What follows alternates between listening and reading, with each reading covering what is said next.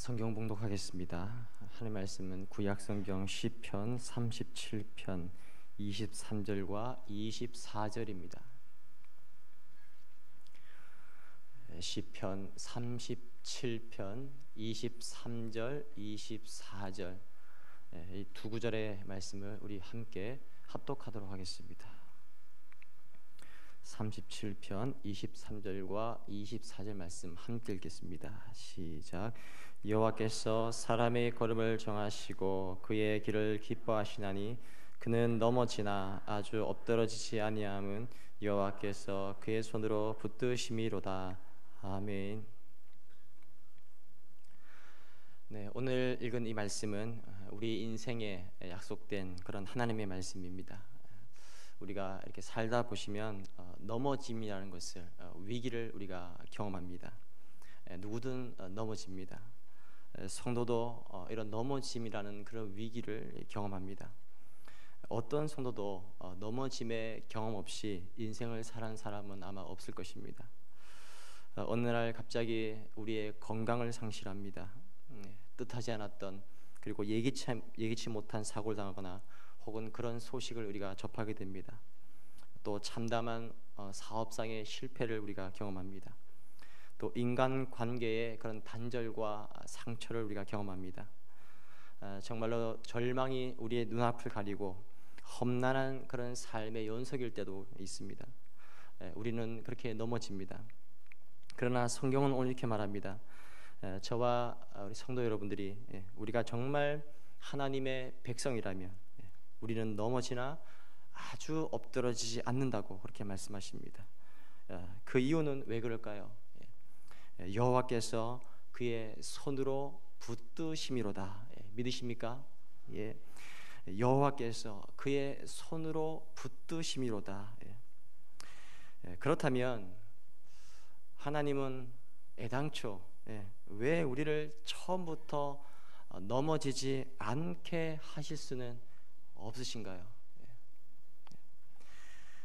그거는 저도 잘 모르는 일입니다. 그분이 아십니다. 그분만 아십니다. 주님만이 아시는 어떤 이유가 있을 것입니다. 우리 인간으로서 우리가 다 알 수 없는 하나님의 계획과 그런 섭리가 있습니다. 그리고 오늘의 이 약속의 말씀은 모든 사람들에게 해당되는 그런 약속은 또한 아닙니다. 이것은 하나님의 백성들에게만 적용될 수 있는 본문이라고 생각합니다. 왜냐하면 이 오늘 본문이 포함된 시편 37편 전체를 읽어보시면 의인과 악인, 악인과 의인이 대조를 이루면서 계속 나타납니다. 그러니까 악인의 삶과 의인의 삶, 악인이 걸어가는 길과 의인이 걸어가는 길, 그리고 그 마지막의 결과를 보여주면서 왜 의인의 길을 걸어가야 하는가를 보여주고 있습니다. 그러면서 의인, 하나님을 경외하는 그 백성들을 향해서 주시는 약속이 오늘 본문의 말씀입니다.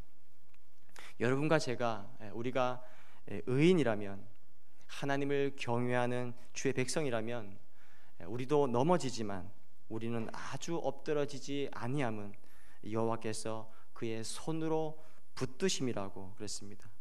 왜 그렇게 하실까요? 하나님의 백성들을 그렇게 섭리하신 이유가 도대체 뭘까요? 오늘 본문의 말씀의 23절 우리 한번 다시 읽겠습니다.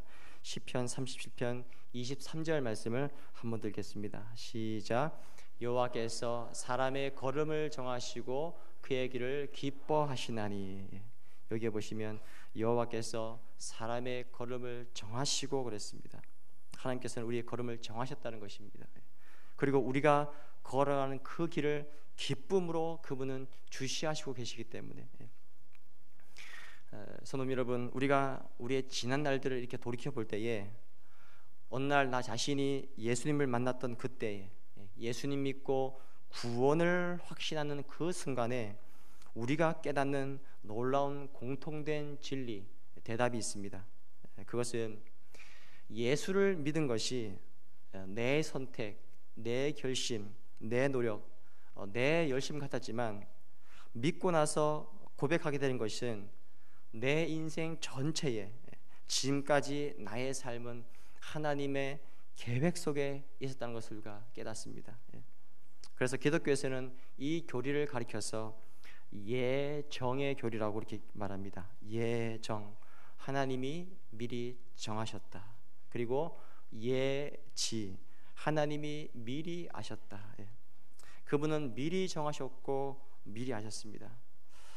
그래서 이 예정이라는 것은 그동안 나를 인도해 오신 그 하나님의 은혜를 생각하면서 우리가 정말 믿음으로, 감사함으로, 찬송함으로 고백하게 되는 단어가, 신학적인 표현이 하나님의 예정, 이렇게 우리가 말할 수 있겠습니다. 그렇기 때문에 오늘 우리의 넘어짐 속에도 주의 뜻이 있습니다. 우리의 고난 속에도 하나님의 섭리가 있습니다. 그래서 이 놀라운 예정의 진리를 바울 사도는 로마서 8장 29절에서 이렇게 우리에게 가르치고 있습니다. 자, 로마서 8장 29절 말씀 우리 한번 같이 읽겠습니다. 시작. 하나님이 미리 아신 자들을 또한 그 아들의 형상을 본받게 하기 위하여 미리 정하셨으니 이는 그로 많은 형제 중에서 맏아들이 되게 하려 하심이니라. 30절 그 다음 절도 한번 같이 읽겠습니다. 시작. 또 미리 정하신 그들을 또한 부르시고 부르신 그들을 또한 의롭다 하시고. 여기 비로소 우리는 하나님이 우리에게 일시적이지만 잠깐이지만 이 넘어짐을 허용하심에 대한 하나님의 그 섭리의 일단을 암시적으로 우리가 알 수 있습니다. 뭘까요? 하나님이 미리 아신 자들, 미리 정하신 자들, 그러나 그들을 일시적으로 어떤 삶의 고난 속에 처하도록 허용하시는 이유, 성경은 이렇게 말합니다. 그 아들의 형상을 본받게 하기 위하여. 쉽게 말하면 이렇게 말할 수 있습니다. 예수님의 그 거룩한 인격을 닮아갈 수 있도록 주께서 이 고난을 허용하신다는 것입니다. 이 고난 속에 저와 여러분을, 우리를 빚어서 만드시는 하나님의 그 섭리 속에 허용된 사건, 이것이 잠시의 넘어짐이라고 성경 가르칩니다. 그래서 그는 넘어지나, 우리 주님, 예수님의 모습, 예수님의 인격은 그러면 어떤 인격일까요? 예수님이 가지신 인격, 한마디로 말하면 우리는 그 인격을 갈라디아서 5장 22절에서 이 성령의 열매, 그러니까 예수님의 인격을, 이 열매를 통해서 우리가 볼 수 있습니다. 우리는 보통 성령의 9가지 열매라고 이렇게 말합니다. 그런데 여기에 이 성령의 열매라고 할 때에 이 열매라는 단어가 단수입니다. 단수. 그러니까 열매들, 이렇게 복수가 아니라 열매, 이렇게 단수로 되어 있습니다. 그러니까 단수. 그러니까 그것은 한 인격을 지향하는 것이라고 볼 수 있습니다. 한 인격을 바라보고 있는 것입니다. 한 인격 속에 담겨진 9가지 아름다운 성품의 요소를 우리가 말할 수 있습니다. 이 9가지 열매, 9가지 성품이, 첫째는 뭘까요? 사랑, 희락, 화평, 오래 참음, 자비, 양선, 충성, 온유, 절제. 여러분, 이 땅에 살아왔던 삶 가운데 누가 정말로 사랑으로 충만하고 정말 희락 기쁨으로 가득 찬 분, 그리고 진정한 화평으로 가득 차고, 그리고 오래 참음으로 가득 찼던 분, 그리고 자비와 양선과 충성과 온유와 절제로 채워진 그런 인격의 대표적인 모델이 있다면 누구라고 생각하십니까? 예수님이죠. 예수님이십니다. 그래서 주님은 우리가 일생을 살아가면서 우리가 경험하는, 우리가 지나가며 통과하는 이 고난을 통해서 우리에게 만약 사랑이 부족했다면 우리에게 사랑을 가르치시기도 하시고요, 때로는 오래 참음을 우리에게 가르치시기도 하시고, 때로는 온유함을 가르치시고, 때로는 이 절제를 가르쳐 주심으로 우리로 그리스도의 그 성품을, 그리스도의 그 인격을 닮아가게 하시는 것이라고 그렇게 말할 수 있습니다. 그래서 오늘 이 기독교의 그 예정의 위대한 교리를 가르치는 로마서 8장 29절, 바로 직전 구절, 29절 전에는 28절이죠. 로마서 8장 28절 우리가 잘 아는 말씀입니다. 다 함께 읽겠습니다. 시작. 우리가 알거니와 하나님을 사랑하는 자 곧 그의 뜻대로 부르심을 입은 자들에게는 모든 것이 합력하여 선을 이루느니라. 믿으십니까? 예. 여기에 이 모든 것이 뭘까요? 모든 것. 예. 지나간 시간들 속에서 경험한 정말 우리가 가슴 아팠던 일, 예. 그리고 정말 힘들었던 일, 그리고 정말 고통스러웠던 일, 괴로웠던 일, 예. 마음이 무너졌던 일, 예. 그런데 그 모든 것이 합력하여 선을 이룬다고. 선을 이루느니라. 그 선은 바로 우리가 그리스도를 닮아가는 거룩한 선이라고 저는 그렇게 말하고 싶습니다. 그런데 이것은 아무에게나 이루어진 사건은 아닙니다. 하나님을 사랑하는 사람들, 하나님을 사랑하는 자, 그의 뜻대로 부르심을 입은 자들에게, 그러니까 하나님의 아들이신 그리스도의 온전한 인격을 빚어 닮아갈 수 있도록 하나님은 우리 인생의 장에서 우리가 일시적이지만 이 넘어짐의 일을 허용하신다는 것입니다. 이것은 마치 한 어린 아기가, 방금 태어난 아기가 하나의 인간으로, 성숙한 인간으로 자라가는 과정을 위해서 우뚝 서기 위해서라도 반드시 지나가야 할 과정과 똑같다고 그렇게 생각합니다. 우리 어린아이가 일어나서 걸음마를 하기 전에 먼저 습득해야 할, 지나쳐야 할, 통과해야 할 경험은 그 아이가 계속해서 넘어지는 일입니다. 계속해서 넘어집니다. 넘어지면서 일어나고, 또 넘어지면서 일어나고, 그러면서 자라가는 과정 속에 우리가 있는 것을 보게 됩니다. 그래서 우리가 일어나서 걷기 위해서는 먼저 필요한 경험은 계속해서 넘어지는 경험일 것입니다.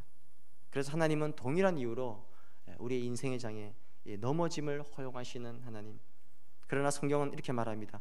우리가 넘어지나, 그렇지만 아주 엎드러지지 아니함은 그 다음이 여호와께서 그의 손으로 붙드심이라.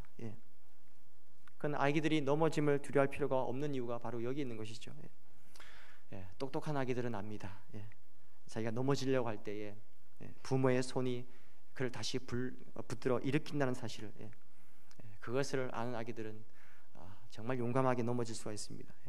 아빠의 손이, 엄마의 손이, 할아버지 할머니의 손이 그를 붙들고 있기 때문에 그렇습니다. 여러분, 성경의 하나님은 다시 시작하게 하시는 하나님이십니다. 다시 시작하게 하시는 하나님. 그래서 그분은 두 번째 기회를 주시는 하나님이라고 이렇게 보통 말합니다. 오늘 이 시편의 말씀을 기록한 사람은 다윗입니다. 다윗. 그래서 이 시편 37편의 그 위에 표제에 다윗의 시 이렇게 기록되어 있습니다. 다윗의 시. 여러분, 다윗의 말년은 결코 쉽지 않았습니다. 물론 젊은 날에도 고생이 많았지만 그 다윗의 말년에는 더 커다란 시련을 겪었습니다. 범죄하기도 했습니다. 참회했습니다. 회개하고 새로워졌습니다. 그러나 그보다 더 커다란 고통, 사랑하는 아들의 배신이 있었습니다. 아들의 반역, 압살롬이라는 아들, 어떻게 보면 이름도 압살롬입니다. 압살롬. 이 사랑하는 아들의 배신이 자기 인생 가운데서 얼마나 컸을까요? 아들의 배신과 반역을 경험하면서 이 다윗이 억장이 무너지고요, 가슴이 무너졌습니다. 그러나 이 사건을 통해서 다윗은 주님 앞에 정말로 참으로 낮아집니다. 그리고 하나님을 전적으로 의지합니다.